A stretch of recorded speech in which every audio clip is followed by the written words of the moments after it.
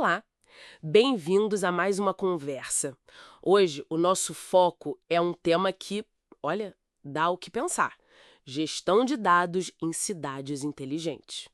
E para isso, a gente vai mergulhar num livro específico, Ciudades Inteligentes, El Modelo de Éxito de China, do Eduardo Moreno. Exato, um livro bem interessante. Muito.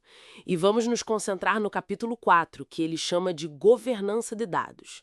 Moreno deixa claro ali que os dados são, assim, a espinha dorsal do modelo chinês. Sem dúvida. A pergunta que fica martelando e que ele explora é: como é que eles conseguem lidar com um volume tão gigantesco de informação de forma organizada? Pois é, essa é a questão central do capítulo.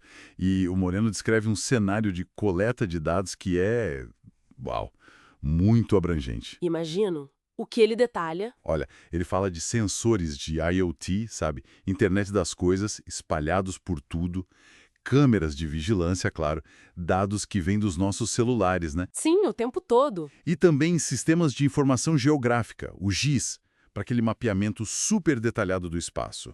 E até o feedback que as pessoas dão por aplicativos, por exemplo. Nossa, é muita fonte diferente. Muita. E o ponto-chave que o Moreno levanta é justamente esse. Essa coleta massiva não é por acaso.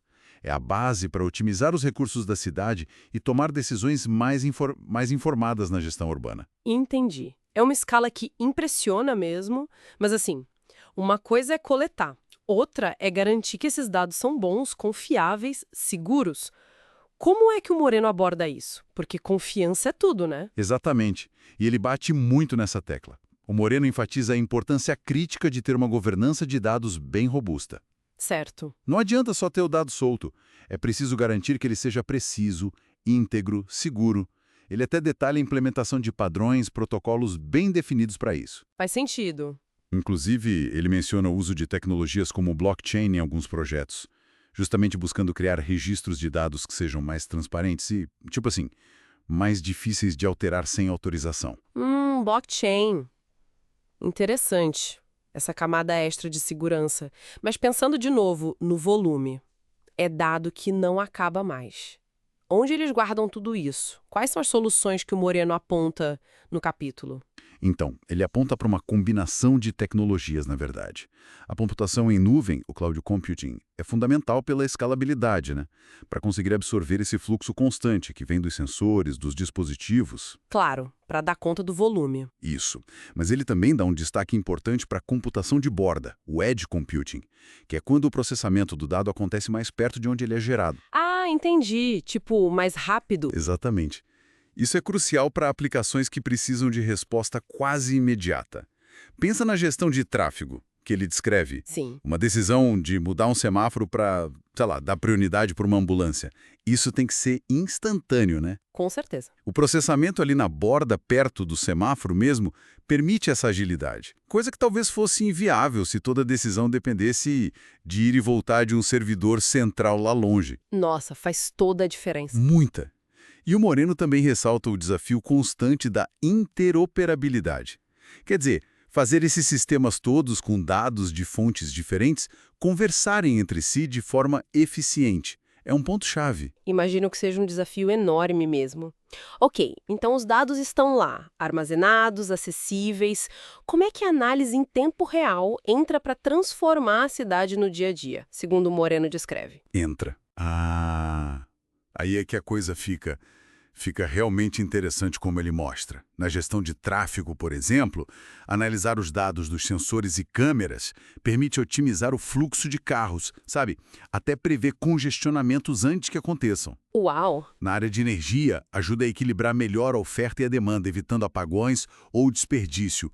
Ele também cita exemplos em respostas a emergências, direcionando recursos, tipo bombeiros ou ambulâncias, para o lugar certo na hora certa. E na segurança pública? Sim, ele menciona também aplicações em segurança pública, citando sistemas de vigilância com reconhecimento facial para tentar identificar situações de risco ou procurar pessoas. Esse ponto do reconhecimento facial, da vigilância, isso com certeza levanta a questão da privacidade, né? É inevitável. O Moreno entra nessa discussão no capítulo. Entra sim, e ele reconhece que é uma tensão real.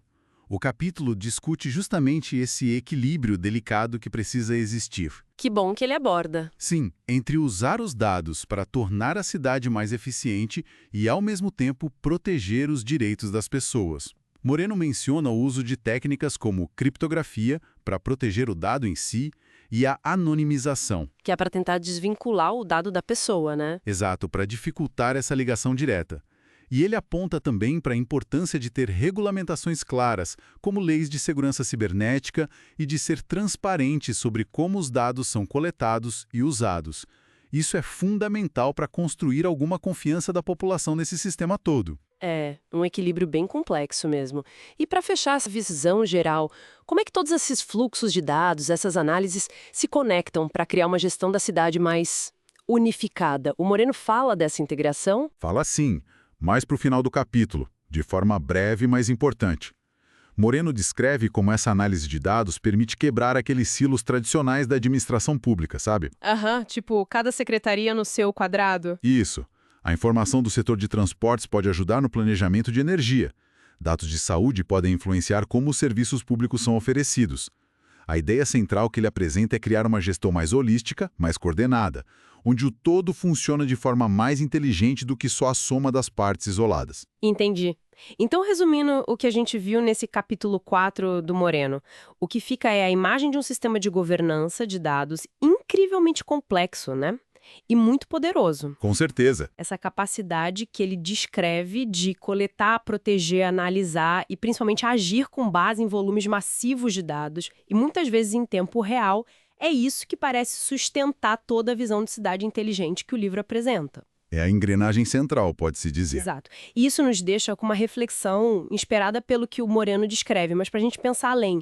Considerando essa escala e essa integração toda na coleta de dados que a gente vê no modelo chinês, como será que outras sociedades podem ou devem encontrar o seu próprio ponto de equilíbrio? Uma ótima pergunta. Como aproveitar os benefícios óbvios da eficiência urbana que os dados trazem, mas sem abrir mão da privacidade, dos direitos individuais?